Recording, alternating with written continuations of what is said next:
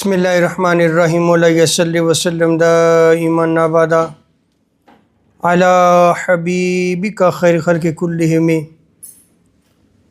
اللہ تبارک و تعالیٰ کا بے پایاں لطف و کرم اور احسان عظیم ہے کہ جس نے ہمیں آج جمعۃ المبارک کی عظیم اور بابرکت محفل میں اکٹھے ہونے کی توفیق عطا فرمائی۔ سب سے بڑھ کر یہ کہ ہمیں دولت ایمان سے بہرہ مند فرمایا۔ اللہ تبارک و تعالیٰ نے قرآن مجید میں ارشاد فرمایا وَتَوَكَّلْ عَلَى اللَّهِ وَكَفَى بِاللَّهِ وَكِيلًا، کہ اے حبیب صلی اللہ تعالی وسلم آپ اللہ پر بھروسہ رکھیے اور اللہ ہی کارساز کافی ہے۔ اسی طرح دوسری آیت کریمہ میں اللہ تبارک و تعالیٰ نے ارشاد فرمایا وَمَن يَتَوَكَّلْ عَلَى اللَّهِ فَإِنَّ اللَّهَ عَزِيزٌ حَكِيمٌ، کہ جو کوئی اللہ تبارک و تعالیٰ پر توکل کرتا ہے تو اللہ تبارک و تعالیٰ اس کے جملہ امور کا کفیل ہو جاتا ہے، وہ خود کفالت کرتا ہے، اور بے شک اللہ تبارک و تعالیٰ بہت غالب اور بڑی حکمت والا ہے۔ اور اسی طرح تیسرے مقام پہ اللہ تبارک و تعالیٰ نے ارشاد فرمایا فَإِذَا عَزَمْتَ فَتَوَكَّلْ عَلَى اللَّهِ، پھر جب آپ پختہ ارادہ کر لیں تو پھر اللہ پر بھروسہ کیا کریں۔ جب ارادہ کر لیا پھر آپ اللہ پہ بھروسہ کریں۔ اِنَّ اللَّهَ يُحِبُّ الْمُتَوَكِّلِينَ، کہ بے شک اللہ تبارک و تعالیٰ جو توکل کرنے والے ہیں انہیں اپنا محبوب بنا لیتا ہے، وہ اس کے محبوب بندے بن جاتے ہیں، ان سے وہ محبت کرتا ہے۔ تو ان آیات کریمہ میں دیکھیں کہ اللہ تبارک و تعالیٰ نے توکل کے حوالے سے بیان فرمایا کہ اسی پہ توکل کرنا چاہیے، وہی ذات ہے جس پہ توکل کیا جا سکتا ہے اور وہی بھروسے کے لائق ہے۔ اور جب بندہ اپنے تمام امور میں اللہ تبارک و تعالیٰ پر توکل کرتا ہے، اس پر بھروسہ کرتا ہے، تو پھر رب تعالیٰ بھی جو ہے وہ اس کے تمام امور کا کفیل بن جاتا ہے، اور پھر اس بندے کو مقام کیا عطا فرماتا ہے کہ وہ اللہ کے محبوب بندوں میں شامل ہو جاتا ہے۔ تو سب سے پہلے ہم توکل کے معنی کو سمجھیں گے، پھر ہم احادیث اور پھر صحابہ کے کچھ آثار جو ہے وہ بیان کریں گے۔ اللہ تبارک و تعالیٰ سے دعا ہے کہ رب تعالیٰ ہمیں دین کو سمجھنے کی توفیق عطا فرمائے۔ تو توکل جو ہے یہ یاد رکھ لیں کہ یہ عربی کا لفظ ہے، اس کا معنی ہے کہ کسی کام یا معاملے کو کسی کے سپرد کر دینا یا کسی پر مکمل اعتماد کرنا، یہ اس کا معنی ہے توکل کا۔ لیکن شرعی طور پہ توکل کسے کہتے ہیں اس کو آپ خاص طور پہ سمجھ لیں اور اس معنی کو ہمیشہ ازبر رکھیں، یاد رکھیں، اور یہی حقیقی تصور ہے توکل کا کہ اللہ تبارک و تعالی فاعل حقیقی ہے، یعنی تمام مخلوقات کو پیدا کرنے والا صرف وہی ایک ہے۔ اللہ تبارک و تعالیٰ نے تمام مخلوقات کو پیدا کیا، موت، زندگی، مالداری، تنگ دستی، ہر شے کو وہ اکیلا ہی پیدا کرنے والا ہے۔ بندوں کے کام سنوارنے والا بھی وہی ہے، ہر شے پہ قدرت رکھنے والا بھی رب تعالیٰ ہے، ہر شے کا علم رکھنے والا بھی رب تعالیٰ ہے، اور اس کی مہربانی، اس کا لطف و کرم بے حساب ہے۔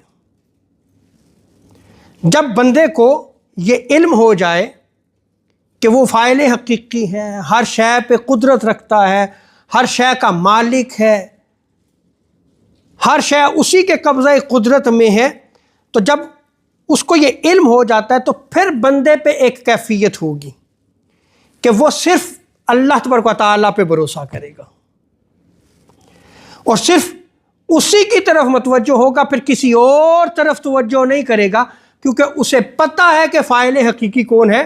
اللہ ہے، وہ تمام مخلوقات کو پیدا کرنے والا ہے، ہر شے اسی کے قبضے قدرت میں ہے، پھر وہ کسی اور طرف توجہ نہیں دے گا، اسی کی طرف توجہ رکھے گا،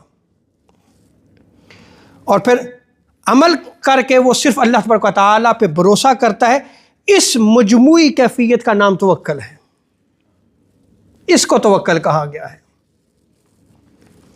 اب اس کو ایک حدیث مبارکہ میں، یعنی توکل کی تعریف کو اگر آپ سمجھنا چاہیں تو اس حدیث مبارکہ میں آپ غور کیجئے گا، اس میں آقا علیہ السلام نے بڑے ہی خوبصورت انداز میں توکل کا معنی سمجھا دیا ہے۔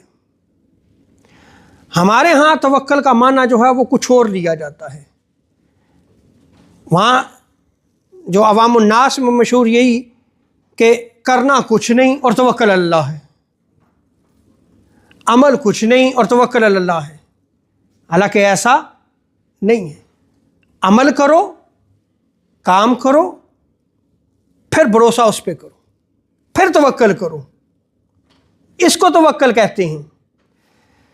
جیسا کہ حضرت انس بن مالک رضی اللہ تعالیٰ عنہ کی روایت میں نقل کیا گیا ہے، ایک شخص بارگاہ مصطفیٰ صلی اللہ تعالی وسلم میں حاضر ہوا، عرض کی یا رسول اللہ صلی اللہ تعالی وسلم، کیا میں اونٹ کو باندھوں اور توکل کروں یا کھول کے رکھوں اور توکل کروں؟ اس نے حضور کی بارگاہ میں یہ عرض کی۔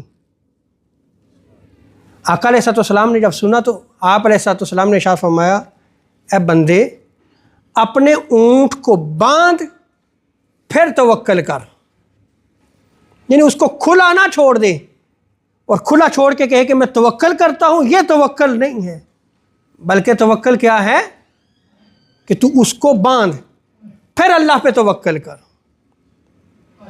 تو اس میں آپ یہ دیکھیں کہ آقا علیہ السلام نے کتنے ہی خوبصورت انداز میں توکل کو سمجھا دیا کہ توکل ہے کیا۔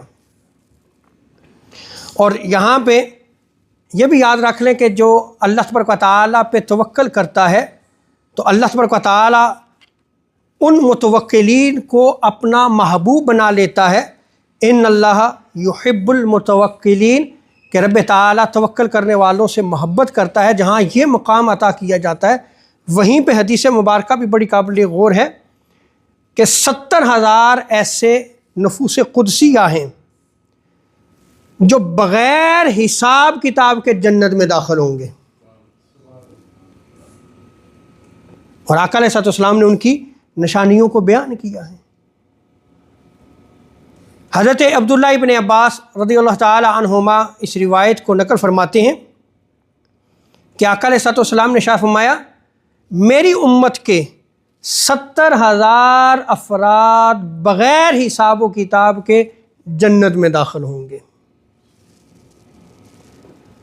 اور حضور علیہ السلام نے ارشاد فرمایا یہ وہ لوگ ہوں گے جو غیر شرعی جھاڑ پھونک نہیں کراتے، غیر شرعی دم نہیں کراتے، نہ بدشگونی لیتے ہیں، اور ان کی ایک اور نشانی حضور نے یہ بیان فرمائی کہ وہ اپنے رب پر ہی بھروسہ کرنے والے ہیں۔ تو اس حدیث مبارکہ میں 3 چیزوں کا بیان ہوا۔ تیسری چیز کیا ہے کہ وہ اللہ تبارک و تعالیٰ پر کامل بھروسہ کرنے والے ہیں، توکل کرنے والے ہیں۔ اب اس میں جو 2 چیزوں کا بیان کیا گیا ہے کہ جو 70,000 افراد جنت میں بغیر حساب کتاب کے داخل ہوں گے، پہلے چیز کیا کہ وہ غیر شرعی جھاڑ پھونک نہیں کرواتے، غیر شرعی دم نہیں کراتے۔ اس کا مطلب ہے کہ کچھ شرعی دم بھی ہے، اور اگر آپ احادیث مبارکہ کو پڑھیں اور کتب حدیث کو کھنگالیں تو آپ کو باقاعدہ ابواب نظر آئیں گے جس میں آقا علیہ السلام نے اس کو بیان فرمایا۔ جیسے صرف ایک روایت مختصراً آپ کے سامنے رکھتا ہوں کہ شرعی جھاڑ پھونک بھی ہے، شرعی دم بھی ہے۔ جیسا کہ ایک سفر پہ صحابہ کرام تھے تو راستے میں کوئی قبیلہ تھا، اس کے سردار کو بچھو نے ڈس لیا، وہ اپنا جھاڑ پھونک کرتے رہے، کوئی آرام نہیں آیا، وہ پریشان تھے، اور ان کا قبیلہ کا سردار جو ہے وہ مرنے کے قریب تھا۔ انہیں خبر ہوئی کہ کچھ لوگ جو ہے یہاں پہ پڑاؤ کیے ہوئے ہیں، وہ ان کے پاس گئے، وہ صحابہ کرام تھے، اور جا کے سارا معاملہ بیان کیا تو انہوں نے کہا کہ ٹھیک ہے ہم جو ہے وہ آپ کے قبیلے کے سردار کے پاس جاتے ہیں اور ہم دم کریں گے. تو حضرت ابو سعید خدری رضی اللہ تعالی عنہ ان کے پاس گئے اور سورہ فاتحہ 7 مرتبہ پڑھ کے دم کیا. وہ سردار بالکل ٹھیک ہو گیا. انہوں نے انعام و اکرام بھی دیا. اب انعام و اکرام لینے کے بعد وہ صحابہ اکرام پریشان ہوئے کہ یہ لینا ہمارے لیے جائز تھا یا ناجائز تھا. حضور کی بارگاہ میں گئے تو آقا علیہ الصلوۃ والسلام نے ارشاد فرمایا بھئی آپ نے اچھا کام کیا تو میرا حصہ کہاں ہے؟ گویا آقا علیہ الصلوۃ والسلام نے اس عمل کو ناجائز نہیں قرار دیا بلکہ کہا ٹھیک کیا ہے، تو جو انہوں نے انعام و اکرام دیا اس میں سے میرا حصہ بھی تو دو. تو یہ ہے شرعی دم. اس حدیث مبارکہ میں کیا ہے کہ جو غیر شرعی جان پھونک نہیں کرتی، وہ جو 70,000 افراد جنت میں بغیر حساب کتاب کے داخل ہوں گے وہ یہ ہیں. اب غیر شرعی کون سے ہیں؟ غیر شرعی وہ جاڑ پھونک ہے، وہ دم ہے جو قرآن اور سنت سے ثابت نہ ہو، جس کا کوئی تصور جو ہے وہ قرآن و سنت سے نہ ہو، وہ غیر شرعی ہے. اور آج ہمارے ہاں جو ہے وہ غیر شرعی دم اور یہ جان پھونک کا کیا معاملہ ہے یہ آپ لوگ بہتر جانتے ہیں، میں اس پہ کیا گفتگو کروں. خدا را قرآن و سنت کا دامن تھامیں. یہ جو ڈونگی ہیں ان سے بچیں، یہ جو ڈرامہ کرنے والے ان سے بچیں. آپ کے پاس قرآن موجود ہے، آپ کے پاس آقا علیہ الصلوۃ والسلام کے فرامین موجود ہیں، اس کی روشنی میں جو ہے وہ آپ رہنمائی لیں تو آپ کے لیے زندگی میں بھی کامیابی ہے اور آخرت میں بھی کامیابی ہے. اور دوسری چیز جو آقا علیہ الصلوۃ والسلام نے ارشاد فرمائی کہ جو 70,000 افراد بغیر حساب کتاب کے جنت میں داخل ہوں گے ان کا عمل یہ ہوگا کہ وہ بدشگونی نہیں لیتے تھے، بدشگونی نہیں کرتے تھے. اب بدشگونی کیا ہے اس کو بھی آپ سمجھ لیں کہ کسی چیز، شخص، عمل، آواز یا وقت کو اپنے حق میں اچھا جاننا یا برا سمجھنا. جیسے میں آپ کو مثال، ہمارے ہاں یہ بہت زیادہ معروف ہے بدشگونی. جیسے کالی بلی نے راستہ کاٹ لیا، آج کام نہیں کرنا، بھئی وہ جانور گزر گیا کالے رنگ کا تھا تو آج کام نہیں ہوگا، یہ بدشگونی ہے. یا آپ اٹھے، آپ کا وہ دن اچھا نہیں گزرا، آپ کا آج پتہ نہیں میں نے کس کا چہرہ دیکھ لیا تھا، یا آپ نے کوئی ایسی آواز سن لی، آپ کہیں آج میں نے ایسی آوازیں سن لی ہیں آج میرا دن نہیں اچھا گزرے گا یا آج میرا کام نہیں ہوگا. یہ میں نے آپ ایگزامپل سامنے ساری رکھ دی. یہ سارے کا سارا کیا ہے؟ بدشگونی ہے.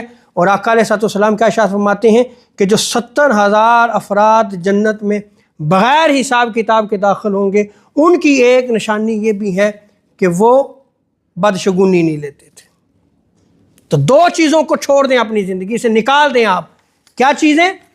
کہ غیر شرعی جاڑ پھونک نہ کروائیں. آپ علماء کے پاس جائیں، اہل حق کے پاس جائیں، صالحین امت کے پاس جائیں جو قرآن و سنت سے آپ کی رہنمائی کریں. اور دوسری چیز، بدشگونی کو اپنی زندگی سے نکال دیں. اس لیے کہ حضرت عبداللہ ابن مسعود رضی اللہ تعالی عنہ بیان کرتے ہیں کہ آقا علیہ الصلوۃ والسلام نے ارشاد فرمایا کہ بدفعلی شرک ہے اور ہمارے ساتھ اس کا کوئی تعلق نہیں، لیکن اللہ تبارک و تعالی اسے توکل کے ذریعے دور کر دیتا ہے. جب بندہ توکل کرتا ہے، توکل کا معنی سمجھ لیتا ہے اور کامل بھروسہ اسی کی ذات پہ کرتا ہے کہ وہی رب فاعل حقیقی ہے، ہر شے جو ہے اس کے قبضہ قدرت میں ہے، ہر شے کا وہ عالم ہے، وہ علم رکھنے والا ہے، تو پھر کیا ہے کہ وہ کسی اور طرف متوجہ نہیں ہوتا، اسی پہ توکل کرتا ہے، اسی پہ بھروسہ کرتا ہے. جب وہ توکل کرتا ہے تو پھر ہر غیر شرعی چیز سے جو ہے وہ دور ہو جاتا ہے. اور اس بدفعلی کو، جس کو آقا علیہ الصلوۃ والسلام نے شرک قرار دیا، حضور نے ارشاد فرمایا کہ اس کو توکل کے ذریعے دور کرو. توکل کیا کریں اللہ تبارک و تعالیٰ پہ. اللہ تبارک و تعالیٰ ہمیں دین کو سمجھنے کی توفیق عطا فرمائے.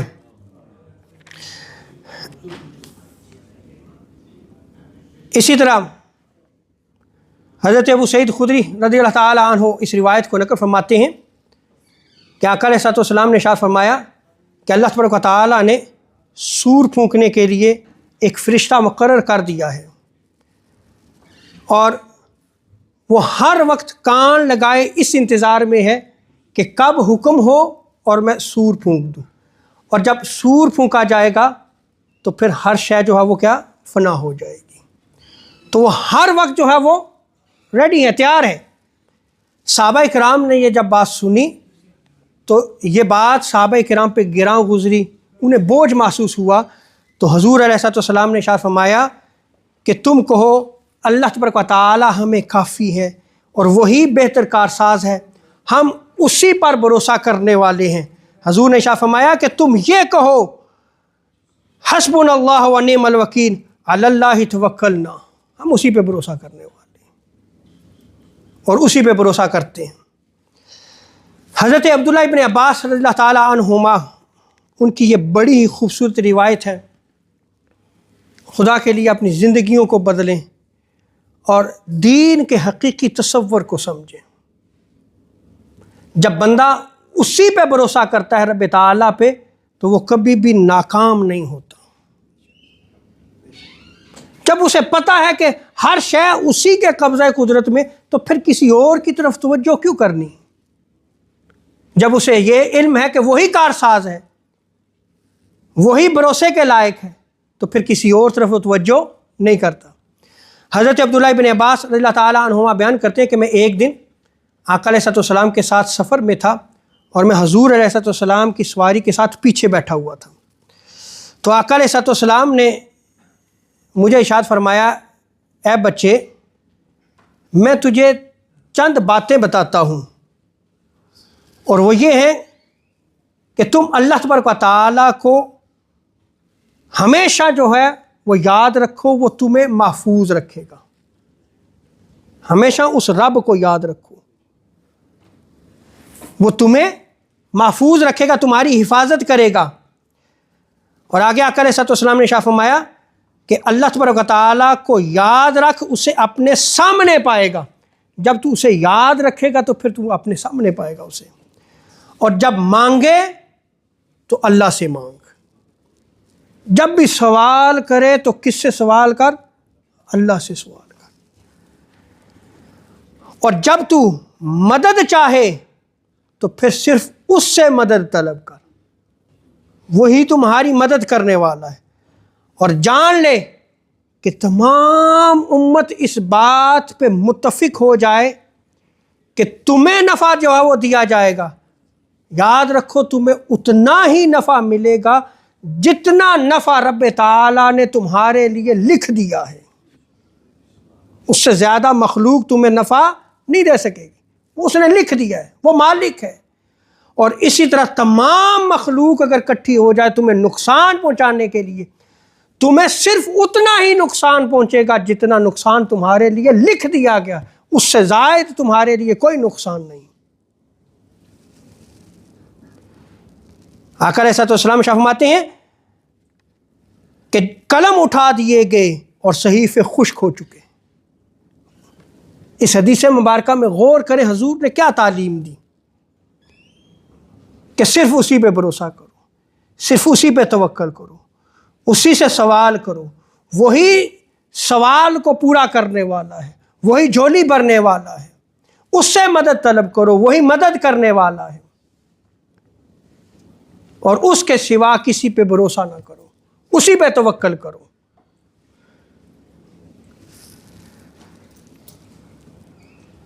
اور اسی طرح حضرت عمر فاروق رضی اللہ تعالیٰ عنہ کی روایت میں آتا ہے کہ آقا علیہ الصلوۃ والسلام نے ارشاد فرمایا کہ اگر تم اللہ تبارک و تعالیٰ پر اس طرح بھروسہ کرو جس طرح بھروسہ کرنے کا حق ہے، تو تمہیں اس طرح رزق دیا جاتا جس طرح پرندوں کو رزق دیا جاتا ہے۔ پرندے گھونسلے میں ہوتے ہیں،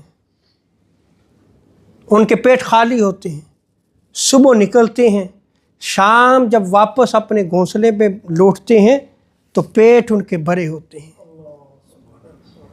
پرندوں کی اسی زندگی سے آپ سیکھ لیں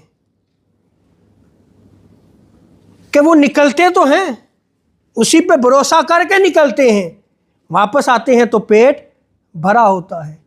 اسی طرح اے اللہ کے بندو تم بھی اللہ پہ بھروسہ کرو، کام کرنے کے لیے نکلو تو صحیح، کرو، رزق حلال کی تلاش کرو، پھر اس پہ بھروسہ کرو، وہ برکت دینے والا ہے، وہ خالی پیٹ تمہیں نہیں لوٹائے گا۔ جیسے پرندے خالی پیٹ نکلتے ہیں، اس پہ توکل کر کے نکلتے ہیں اور واپس جو ہے وہ پیٹ بھرے ہوئے ہوتے ہیں، اس طرح توکل کرو تم۔ اور جب بندہ مومن گھر سے نکلے تو پھر ایک نیت کر لیا کرے کہ اللہ پہ توکل کرتے ہوئے ہم نکلتے ہیں۔ سنیں اس کی فضیلت کیا ہے۔ حضرت انس بن مالک رضی اللہ تعالیٰ عنہ اس روایت کو نقل فرماتے ہیں کہ آقا علیہ الصلوۃ والسلام نے ارشاد فرمایا کہ جب آدمی اپنے گھر سے نکلتا ہے تو کہتا ہے بسم اللہ توکلت علی اللہ لا حول ولا قوۃ الا باللہ۔ کہا کیا اس نے؟ توکلت علی اللہ لا حول ولا قوۃ الا باللہ۔ آسان الفاظ ہیں، یہ کہہ کے نکلتا ہے تو اللہ تبارک و تعالی ارشاد فرماتا ہے کہ ندا دی جاتی ہے اسے کہ تجھے ہدایت دی گئی اور تیری طرف جو ہے وہ کفایت کی گئی، یعنی تو اب حفاظت میں آ گیا ہے۔ بندہ توکل کر کے نکلتا ہے، یہ الفاظ کہہ کے نکلتا ہے، تو اب کیا ہے کہ وہ رب تعالیٰ کی حفاظت میں آ جاتا ہے، وہ ہدایت میں آ جاتا ہے۔ شیطان کہتا ہے کہ اب اس کو کوئی نقصان نہیں پہنچا سکتا، دوسرا شیطان اسے کہتا ہے اسے کیسے نقصان پہنچایا جا سکتا ہے، یہ اللہ پہ توکل کر کے گھر سے باہر نکلا ہے، یہ اب اللہ تبارک و تعالیٰ کی حفاظت میں ہے۔ تو جب آپ گھر سے نکلیں تو گھر سے نکلتے ہوئے آپ اللہ پہ توکل کر کے نکلیں۔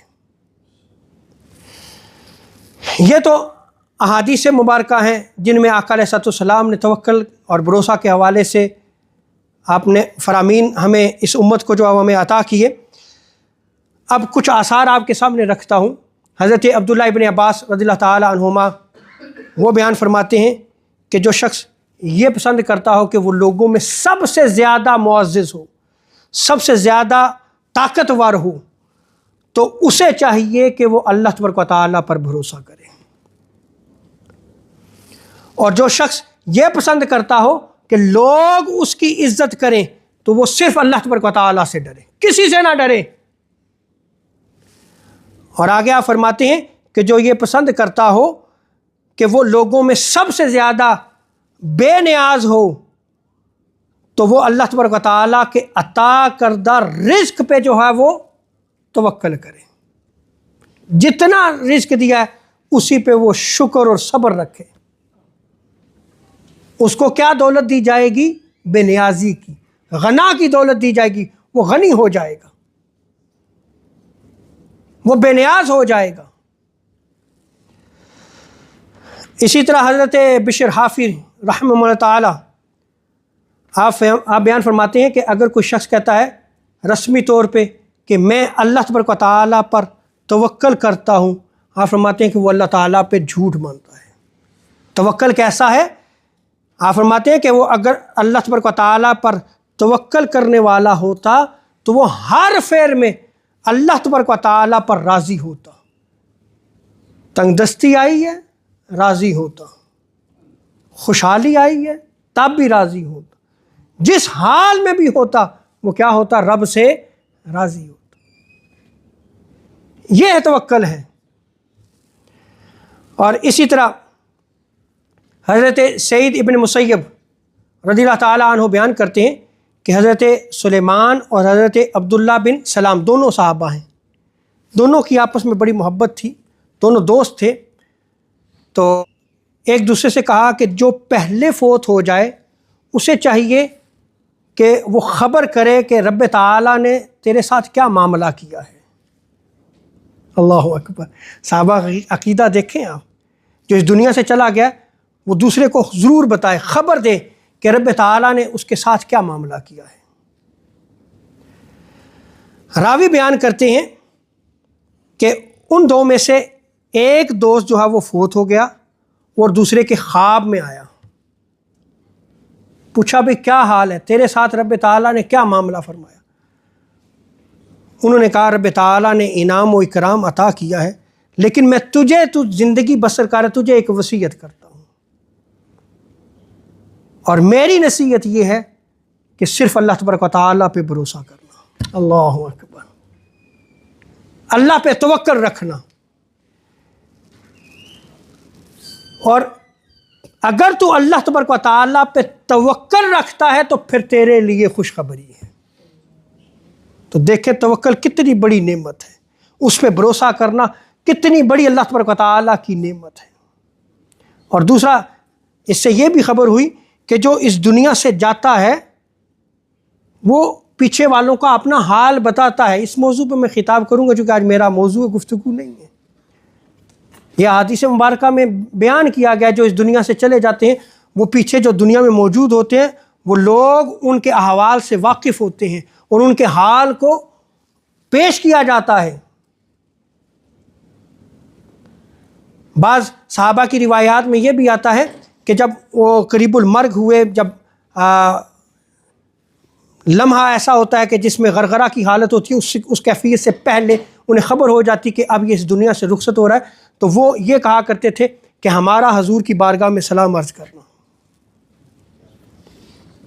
یہ بھی معمولات ہوا کرتے تھے۔ چونکہ ہمارے ہاں اب تصورات اس لیے نہیں ہیں کہ ہماری دینی مجالس ختم ہو چکی ہیں۔ ہم دینی مجالس کتنی جو ہے وہ اٹینڈ کرتے ہیں، کتنا ہمارا تعلق ہے، کتنا دین کو سیکھتے ہیں، کتنا سکھاتے ہیں، یہ ہر بندہ سوچے۔ قرآن ہے، حدیث ہے، کتنا ہم خود کھول کے پڑھتے ہیں یا سمجھتے ہیں، اور یا پھر اسی قرآن و سنت کی رہنمائی لینے کے لیے کتنا ہم علماء کے ساتھ رابطہ رکھتے ہیں، ان کی مجلس میں بیٹھتے ہیں اور ان سے آ کے سیکھتے ہیں۔ میں آپ کو ایک ایگزامپل دیتا ہوں، اگر آپ نے اس یو کے میں ڈرائیونگ کرنی ہو، آپ کو ٹیچر کی ضرورت پڑتی ہے یا نہیں پڑتی؟ پڑتی ہے، چاہے تھیوری ہے چاہے پریکٹیکل ہے، یہ دنیا کا کام ہے، آپ کو ضرورت پڑتی ہے ٹیچر کی۔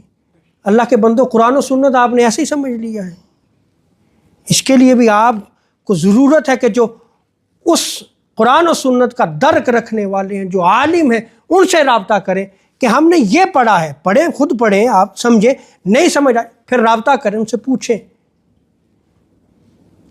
ہم کتنا پوچھتے ہیں؟ میں اکثر ظہر کے بعد درس دیتا ہوں، میں اپنا درد بیان کرتا ہوں اور میں اس چیز کو چھوڑ نہیں رہا کہ بلا حافظ صاحب بھی بعض دفعہ کہتے ہیں مجھے دکھ ہوتا ہے اس چیز کا۔ آپ یقین جانیں گے دیواروں کو خطاب کرتا ہوں میں، انا للہ و انا الیہ راجعون۔ یہ مساجد اللہ کے گھر ہیں، ان کو آباد کرنے، یہ آباد کرنا یہ بھی ہے کہ آپ نماز پڑھیں، ذکر کریں، اذکار کریں، قرآن پڑھیں، تلاوت کریں اور دین کو بھی سمجھیں۔ اللہ تبارک و تعالی ہمیں عمل کی توفیق عطا فرمائے۔ وما علینا الا البلاغ المبین۔